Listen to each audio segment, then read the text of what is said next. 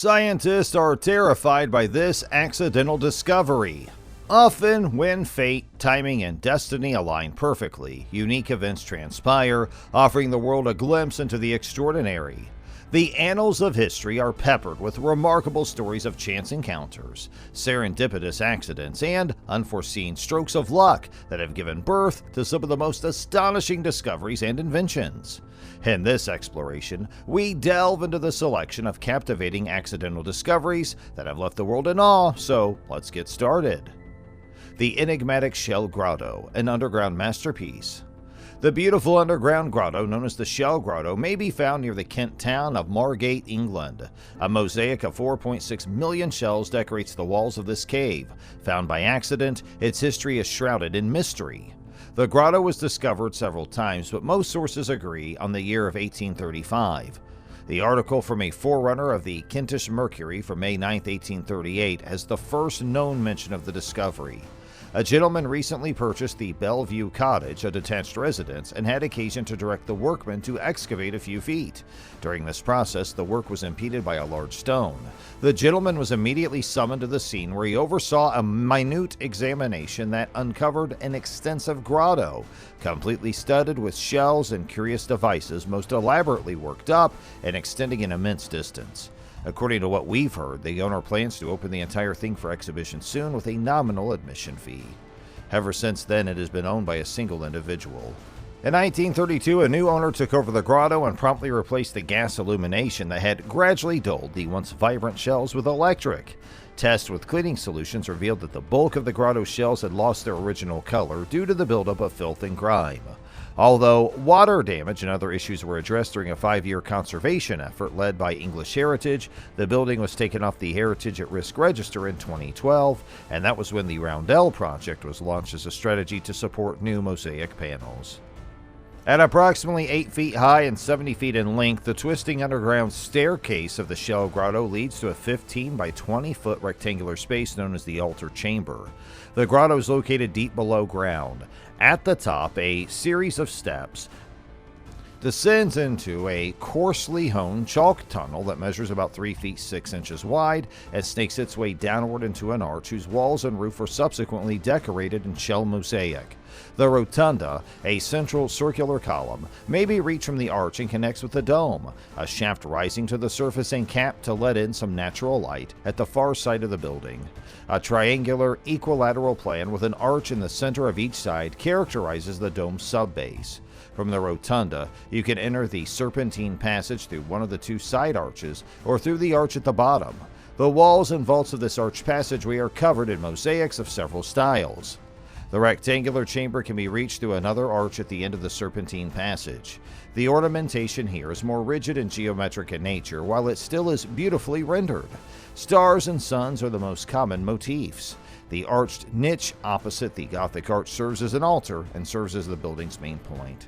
Its function has been the subject of several theories, and it could have been built at any time in the last 3,000 years.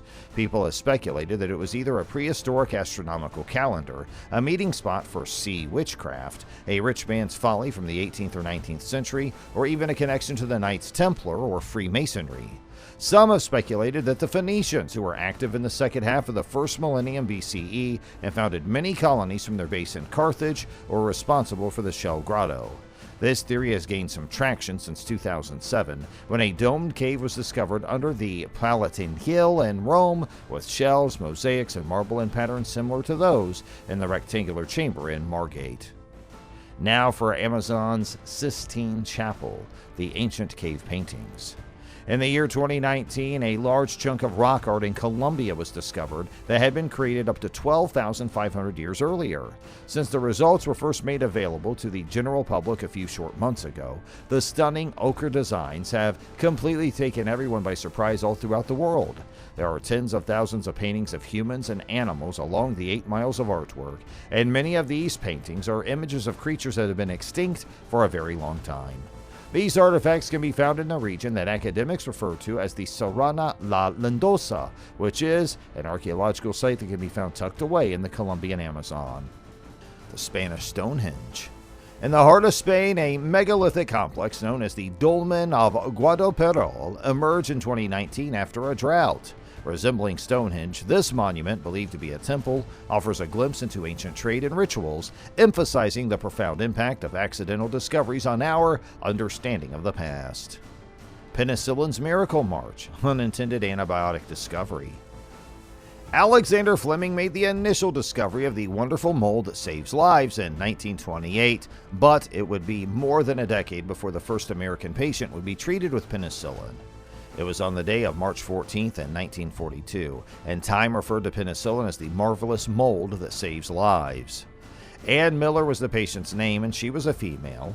It was determined that she had septicemia, which is also known as blood poisoning, and that an infection that occurred after a miscarriage had brought her to the brink of death. According to Eric Lax's book, The Mold and Dr. Florey's Coat, The Story of the Penicillin Miracle, she had suffered from a fever of at least 103 degrees for a number of weeks, and neither surgery nor blood transfusions had been able to alleviate her condition.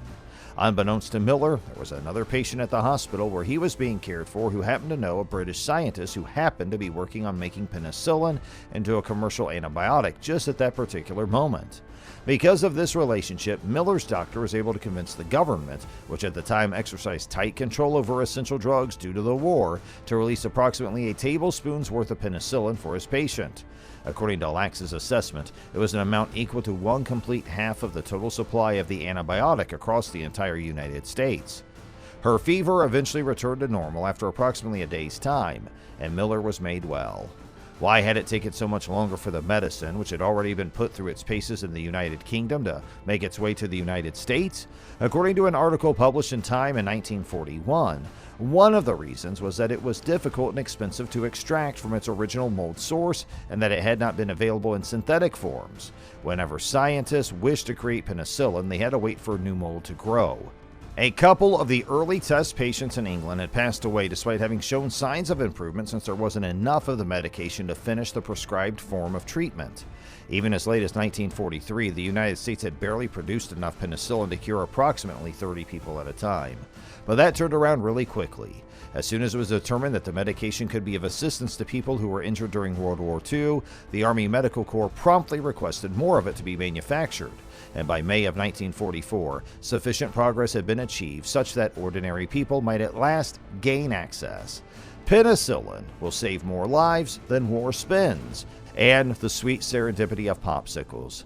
In 1905, a young boy named Frank Epperson innocently mixed powdered sugar with water and left it on his porch overnight. The California cold transformed the concoction into a frozen treat, sparking the creation of popsicles. Frank's accidental experiment evolved into a beloved dessert that has brought joy to generations. Hey, that's all for today's video, but we'll be back with more soon. Don't forget to hit the like button, subscribe to our channel, and thanks for watching.